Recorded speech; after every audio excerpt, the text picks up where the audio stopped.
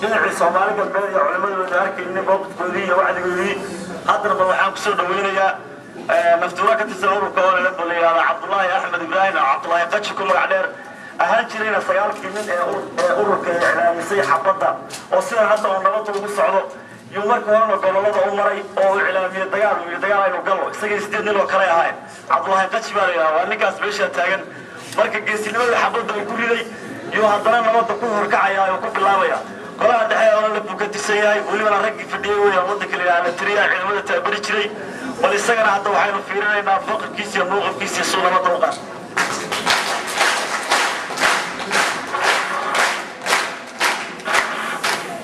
بسم الله الرحمن الرحيم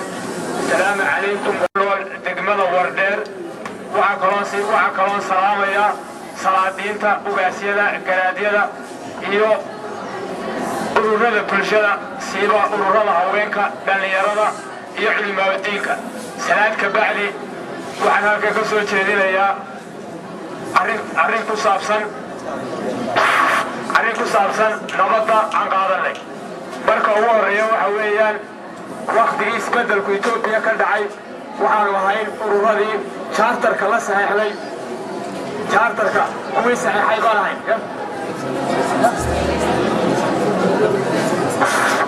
Alice Registo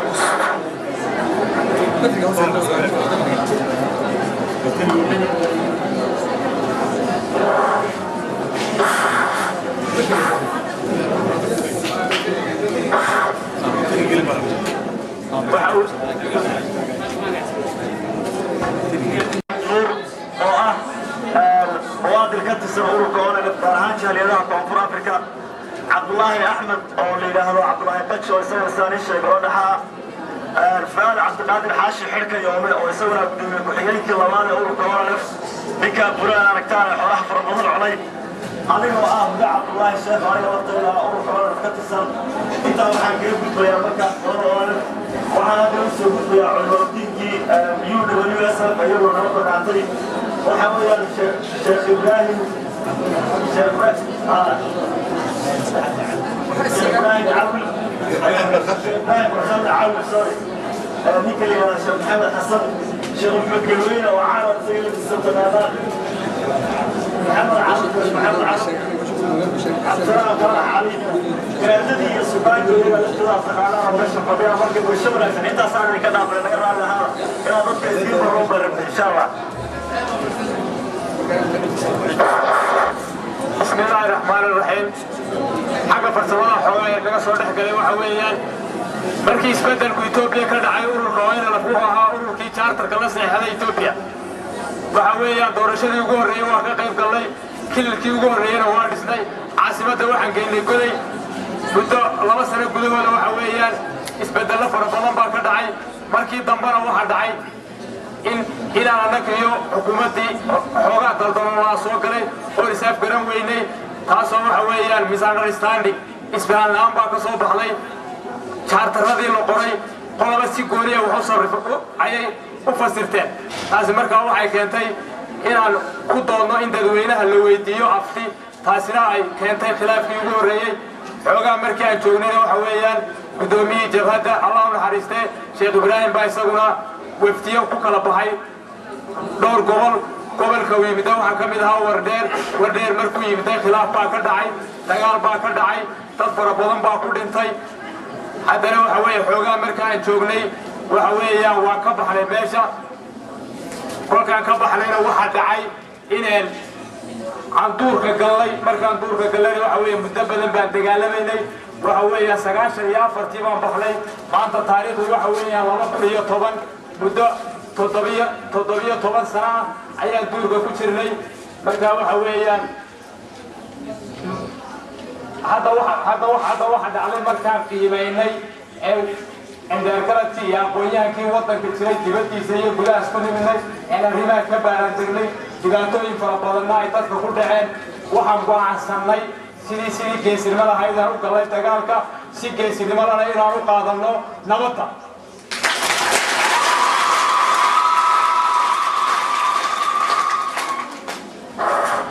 قف كستوم لهذا اللي أمام مشروع له مركو حساب طبقة سعرها هي فائدة ويجو hadday khasaaro ku bataan mashruuca wuu iska bedelaya annaga mashruuca ayaga waxa weeyaan waxa ku batay khasaaraha markaa way iska bedelay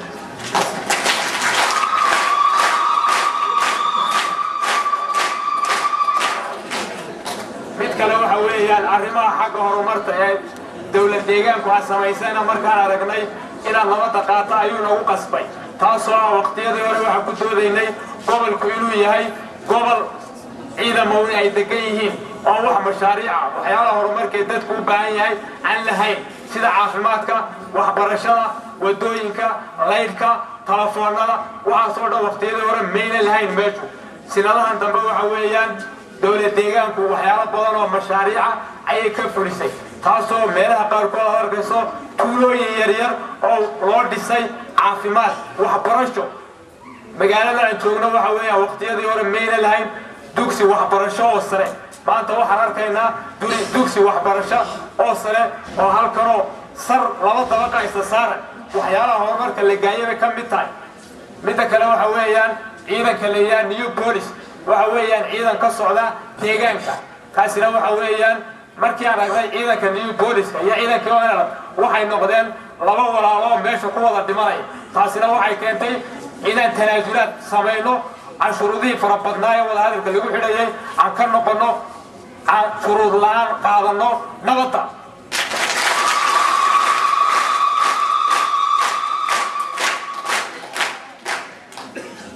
idinkii hadda waxa weeyaan gobollada ayaan u kala baxnay wufuudii ka timiday dibadda qorraxay goday nogob dhagaxbuur iyo doolo oo ah wardeen tanaa noogu dambaynaysa kabacdi markaan halkan ka noqono waxaa la qabanayaa shirweyne uu leeyahay ururka ONLF kaasoo ah shirkii saddexaad ee ururku uu lahaa marka shirkaasi uu dhaco kabacdi waxaa dhici doona shir kale shirkaasina waxa weeyaan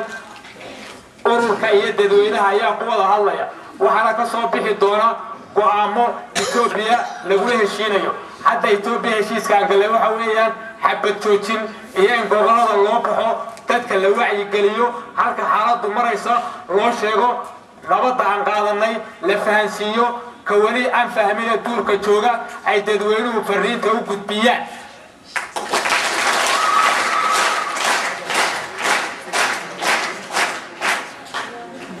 okay waxa weeye xaaladdu hadda meel wanaagsan bay noo maraysaa intaananu gudaha hawsha ka bilaabin dibadda jaaliyadaha waa ka soo bilownay nabadaasi way nala qaateen jaaliyaduhu meel wanaagsan bay maraysaa lacagtii ay ku bixin jireen dagaalka waxay ku bedeli doonaan horumarka waddanka gudihiisa laga samaynayo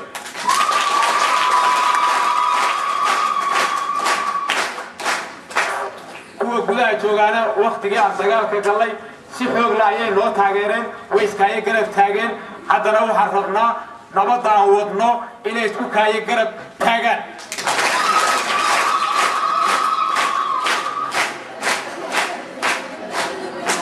hadda geedi socodka nabaddu meel wanaagsan buu marayaa waxa weeye isbeddel fara badan baa dhacay dowlad deegaanka iyo federaalka waxaa ka wada hadalnay dadka maxaabiista waxa weeyaan howlaha iyagu markay dhammaadaan waa la sii daynayaa dad dambe oo haddi kadib ururka ONLF buu shaqaynayay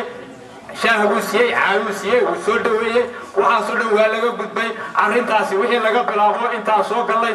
way dhammaatay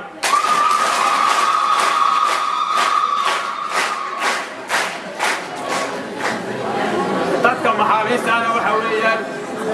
ka xidhan waxaa kaga sii dhibaato badan dadka qaraabada u ah ee had iyo goor ugu tegaya meelaha ay ku xidhan yihiin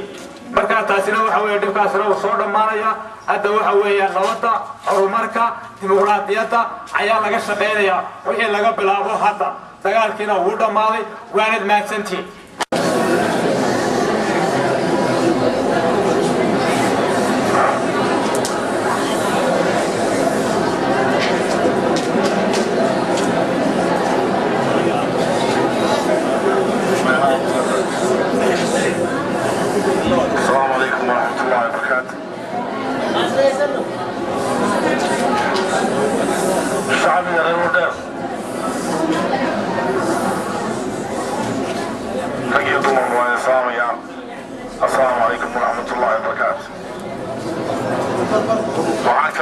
salaamayaa maamulka gobolka Buurleel marti sharafka halkan nagala soo qayb gashay dhammaan ururada gobolka waxaan mar labaad kaga balyeerayaa sida sharafta leh aad noo soo dhaweyseen sida sharafta leh maanta halka u soo buuxiseen idinkoo waqti yar oo gooban xalay baaqan ku soo gaarsiiyey mar labaad baan kaga mahadcelinaya oo ku mahadsantiin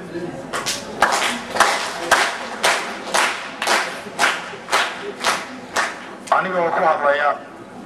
magaca ururka ONLF waxaan rabaa inaan qodobo yar aan halka ka soo jeediyo in badan hadallada saaxiibkayga horreeya ayaa sheegay tan iyo muddadii uu dagaalka socday annaguna wadahadal baa inoo socday dhaxdanada dowladda Itoobiya dhowr mar bay naga soo codsatay inaan heshiis la galno shirar goosgoosa ayaa inoo socday oo dhowr ahaa kii koowaad wuxuu ka dhacay magaalada madaxda Mareykanka Washington kii labaadna wuxuu ka dhacay Brussels kii saddexaad oo ay heshiiska xabad joojinta aan ku saxiixanayna wuxuu ka dhacay dalka Frankfurt 13 bishii lixaad heshiiska markii aanu kala saxiixanay Itoobiya xabad joojinta ayaanu wufuud isu kala qaybinay kuwana Afrika gudaheeda ay ku soo baxeen kuwana ay ku soo galeen dalka Itoobiya wafdigii naga sii horreeyay annaga markay yimaadeen hadda kuwii naga soo horreeyay wax nagala socdaa ma aha laakiin waxaa la isu kala qaybiyey in loo kala baxo gobollada sida Goday, Dhagaxbuur, Nogob iyo Oraxay wafdigii dambe aan anigu hogaaminahayay ee ka koobnaa 13 xubnood markaan nimidna iyadana waxaan isu kala qaybinay gobollada intii dhinayd iyo kuwa la soo maray oo aan yahay noqotay inaan waqti sii marayo iyo raggii la socda qaarkood ilaahay mahadii meel kasta oo tagan shacbiga aad iyo aad bay noo soo dhaweynayeen dowladdii dhexe Itoobiya iyo tii deegaanka si sharaf leh ay noo soo dhaweysay ujeedadana waxay ahayd inaan shacbigana u nimaano oo aan la tashanno ururka ONLF wuxuu ka mid yahay markii u dambeysayna annagoo shacbiga aan la tashan baan iska dhaqaaqnay oo halkii doondoona door ku noqon haddana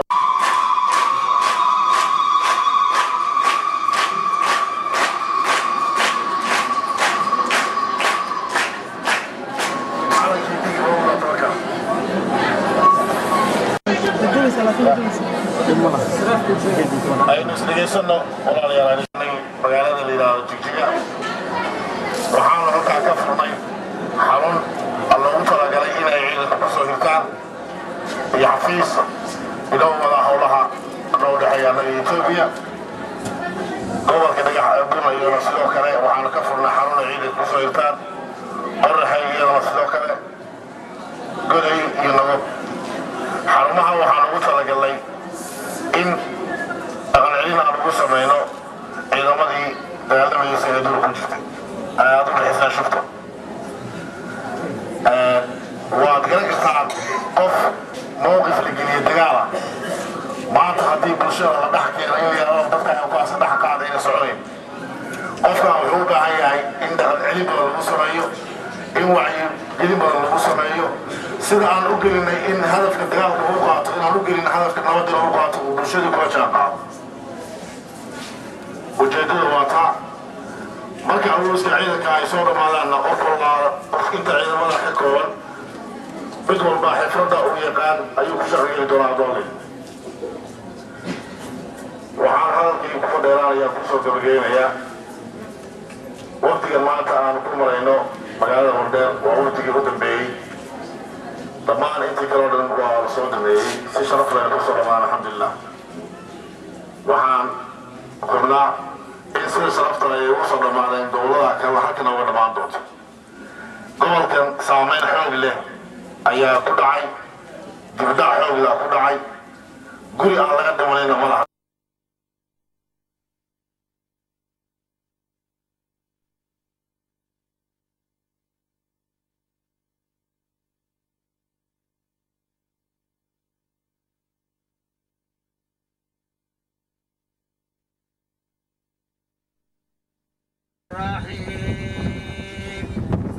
والعصر إن الإنسان لفي خسر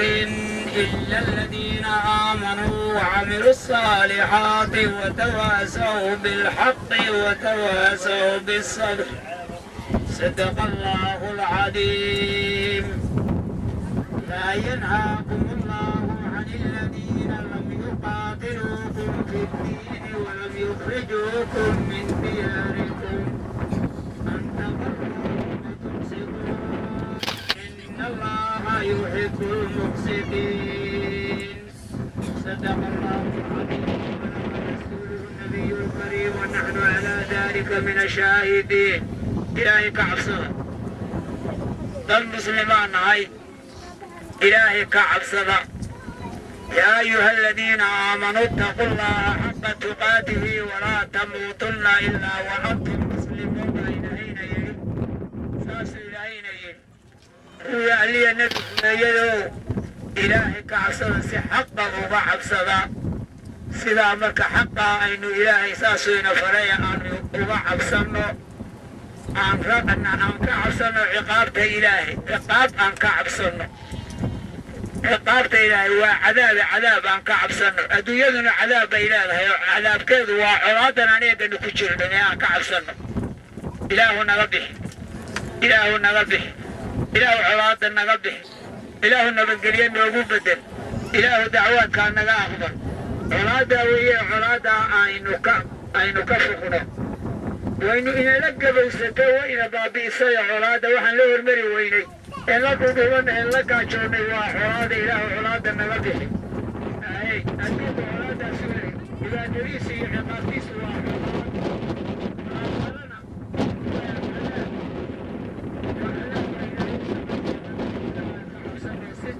طبعا إنه إلهي وضعف سنة مثل محالي إلى أمالي يقول إنسان يسلقنا وقلية يديسة أعطاه مستمع إلها مثل عين النقرن تنبسنا وياهي كمستمع النقرن تنبسنا وعين النقرن تنبي اسكو جنسي بانهاي ولا لينونهاي إن النبي آدم بينه ونهاي هذا نحو حين نصيب ولا نهاي ولا درس إيا ولا لا إيا ولا أرطي ولا المالان dadka sidaas waa dadkii ama riximka isu ahaa ama wada dhashay ahay dadkaa weeye xumaanta walaalayaal aan ka hadhno xumaanta aan ka hadhno xumaanta ina berisatay aan ka hadhno xumaanta aynu qayrkeen kaga hadhnay aynu ka hadhno xumaanta aynu dowladaha kaga hadhnay hormaray ee dadka hormaray aan kaga hadhno lama arag weligeed gaalo unbaaba ina waadinayso wanaag inagu waaninaysa baryahanba dadka muslimku ee muslimka sheeganaya baryahanba wuu khaldanaa aqligeenni wayba la wareegeen baan u malayn iyo maskaxdeennii iyo muslimnimadeenniba iyagaaba la wareegay baan leenahay aynu ka hadhno walaalayaal aynu tawfiiqdeenna iyo taladeennaba isku mid ha ahaato qolo inaga daayo qolo haddaad maqashid qolaha nin ku aftirsaday meel fiican kuma aftirsan. والسلام عليكم ورحمة الله وبركاته.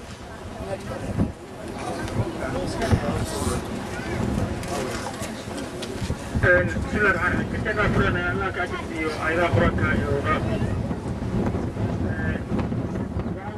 qaji waxaan ahaa sagaalkii xubnood ee dagaalka cilaaminay mid ka mid ah waxa weeye dagaalka waxaanu cilaaminay 1994 bilihii ugu horreeyay waqtigaasi waxa weeyaan duruufii waqtigaa jiray ayaa keenay dagaalka inaan gallo koorna waxa weeyaan ururku wuxuu ahaa ururkii waqtigii isbedelku dhacay tahay charterka ka qayb galay doorashooyinkii ugu horreeyna waa ka qayb galnay kililkan aad arkaysaan annaka aan samayno waxaan ku samaynay magaalada la yidhaha Dirdhabe magaalo madaxna waxaan ka dhiganay Goli mudda halkaasi waxa weeye lagu shaqeeyay ka bacdina waxa weeyaan urur ahaan isafgarasho iyo waxyaalo waxa dhacay yara fudud waqtigaasi constitutionka ama xeerka Itoobiya lama qorin waxaan ku wada soconay wax la yidhaha charter markii charterka uu dhamaaday ayaa waxa weeyaan waxa la sameeyay xeerka lagu dhaqmi doono muddooyinka dambe xeerkaasaan fikirkii anagu aan ka qablay iyo fikirkii ay ka qabeen la isku afgaran waayay marka waxa weeyaan si aan xeerarka waafaqsanayn baan anagu markaa u turjumanay waxaanan isku daynay in dadka afti laga qaado aftidaasaa markaa la isku diiday kadibna waxaa dhacay dagaal muddo 17 sano ah dagaalaa socday dagaalkaasi waxa weeyaan marxalada kala gedisan buu lahaa markaa ujeeddadii aan markaa anagu u qaadanay duruufta waqtigaa keentay hadda 12 sano markuu socday khasaaraha iyo faa'iidada ku jirta dagaalka waan aragnay markaa waxa weeye annaga waxaa batay khasaaraha iyagii midda kale waxa weeyaan anigu waxaan joogi jiray magaalada Eritrea caasimadeeda Asmara nimankaasi markaa aan u tagnay waxayna weydiiyeen dhibka ugu badan ee doonaysaa waxaan ku leeyahay waxaan rabnaa ciidan waxaad doonaysaa keena bay yidhaahdeen ciidan badan baan meesha geynay waana loo tababaray Soomaaliya meelo badan baan ka soo gelinay waddankan waan soo gelinay ciidamadii aan tababarnay markaa waxa weeyaan xagga dagaalka si geesinimo la u galnay muddadii imika ay joogtana markaanu qiimaynay dadka iyaga dhibka soo gaaraya waxaan go'aansanay si geesinimo leh inaan nabadda u qaadan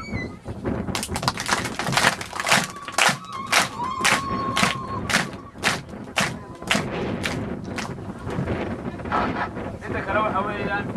hadda waxaa la doonayaa shirkii saddexaad ee uu lahaa ururku in lagu qabto muddo gaaban waddanka gudihiisa shirkaasi waxa weeyaan waa la ilaamin doonaa maalin dhow waana la qabanayaa shirkaasi marka ugu horeysa ururka ayaa qabsanaya kaasi markuu dhaco shir labaad ayaan qabanaynaa kaasina waxaa lagu qabanayaa waddanka gudihiisa waxaana qabanaya ururka iyo dadweynaha xubno ka socda halkana waxaa ka soo bixi doona wixii Itoobiya lagula heshiin lahaa Itoobiya hadda waxaan kula heshiinay ma jiro wixii lagula heshiin lahaa waa arrin u taalla dadweynaha ayana ka soo baxaysa waqtigii aan dagaalka gelaynay dadweynaha lamaanu tashanin si laablakaca ayaan arrinta u galnay arrintaasina waxaan rabnaa dadweynaha inaan maanta ka raali gelino hadda waxaa duurka qaar baa ku jira qaar badanna waxa weeye way soo xiroodeen kuwa duurka ku jira waxa weeye hadda duurka si ay ugu jiraan duruuf ay ugu jiraan meesha ma taalo xagga jaaliyadaha dibadaha kormeera lagu soo sameeyay 100% waxa la isku qaatay waxa la isku raacay nabadda la qaato hadda waxa weeyaan wax lacag oo lagu abaabuli doono dagaalada ma jiraan oo dibadda ka imanaya wixii lacag dibadda ka timaada hadda waxay noqonayaan wax loo adeegsado horumarka sida ceelasha biyaha waxbarashada iyo wax la mid ah ayay noqon doonaan kuwa gudahana waxa weeyaan dadweynuhu si geesinimo leh ayay suuqahay garab taageen markii aan dagaalka ku jirnay imikana waxa weeyaan si geesinimo leh ayaa laynaga codsanaya inay isku kaaya garab taagtaan nabadweynihiina nabadu qaatay gudaha iyo dibadba marka laba arrimood ayaa ka yaala dadku maadaama uu xagga fiirku kala disan yahay inay waddanka iskaga baxaan iyo inay soo dhiibaan laakiin hadda waxay dadka ugu sii dul noolaadaan ugu jiraan ma noqonayso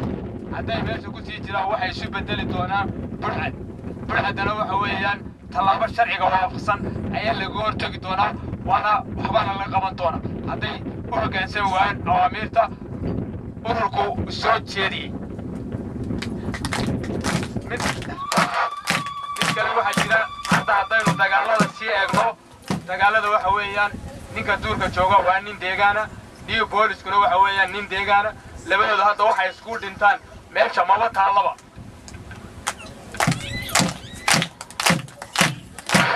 hadda waxa weeyaan isbedelada dhacay ayuu ka mid yahay new booliska la sameeyey ee xagga amniga u qaabilsan midda kale waxa weeyaan xagga waxbarashada xagga waxa weeye caafimaadka xagga biyaha waxyaalo badan buu hadda dowlad deegaanku samaysay midda kale dowlad deegaanku 5 sano ugu dambeysay horumar la taaban karo waxaanu nahay qoladii idinka idiin baaqaysay ee cudurka ku qabtay inaad u timaadaan oo nabad qaadataan haddii taladii aan idinku baaqayna aad naga qaadateen ood noo timaadeen dowladda Itoobiyaanuna anakuna ee idiin baaqaysay waanu ka midna waaya haddaad nabadii naga qaadateen oo madaxdii noogu timaadeen wixii aad la timaadeen wixii aanu idinku yeedhnay weeye annaguna waanu horay umaanu u soconay dib u noqonaanu mayno kuwa duurka jira waanu baaqaynaa kuwa ma garanaysaa joogana dib dambe nid dambe inuusan ugu shaqaynin baanu ka shaqaynayna maalintii loo xidhaayay tababarka new booliska jigjiga joogaan raggii ka qayb galay baan aniyo xirsiga ka mid ah waan la soconaa qawada ay leedahay hadda kililkeeda ee dad moogmanin waxaa weeye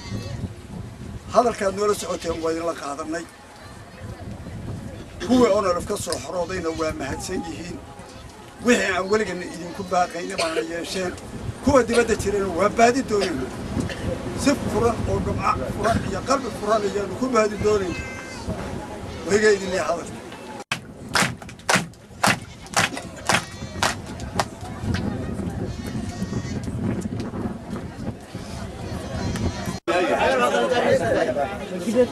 sida cuntada u dhadhamayso oo dhadhamaya hadalka sida cadabku u gahayana waa uu gahay sida uu noola fiican yahayna sidaas weeye uu loo gahaya waa noo dhadhamaya midaas waa hadalkii macaankiisa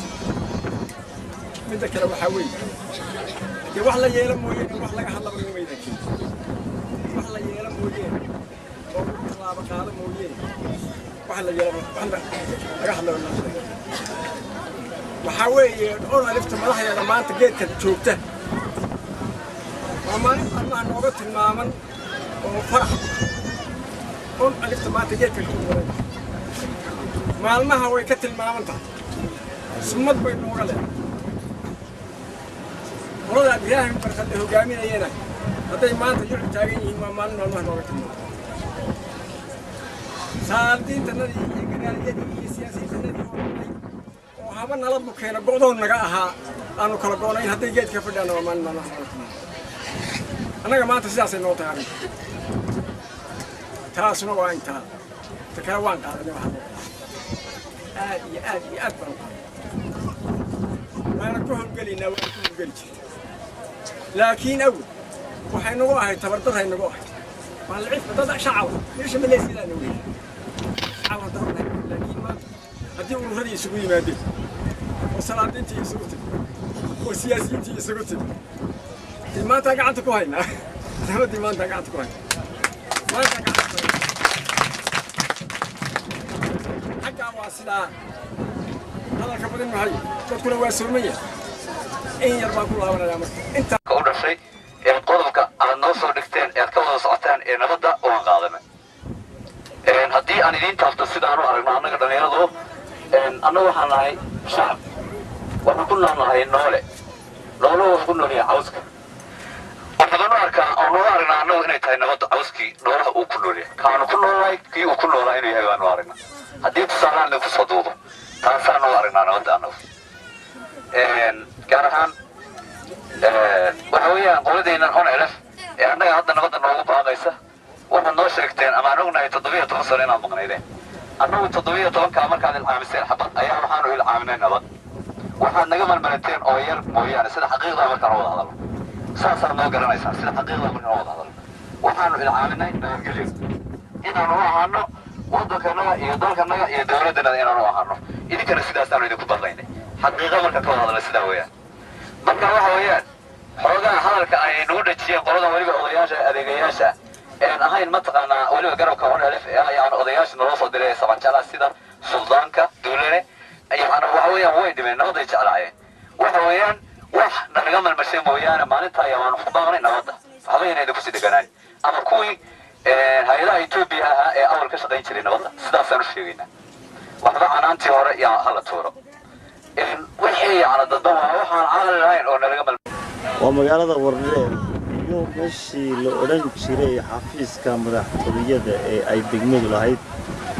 sabaarta mariyaan waxaa jooga dooritaankeedii dambe waxaan dhex joognaa magaalada Warreer oo si aad iyo aad u qurux badan mariyaan loo dhisantay waxaana aragtaan waa wasaaradda waxbarashada iyo tiimada xafiisyada halka waxa ku yaala xisbiyada ganacshahooda taas kala aragto waa masaajidka wilaaya waa magaalada Warreer waxaan hadda ku soo dhaweynaa masaajidka sida quruxda badan u dhisan naarada dheer leh waxa ku xiga waa iskuulaadkii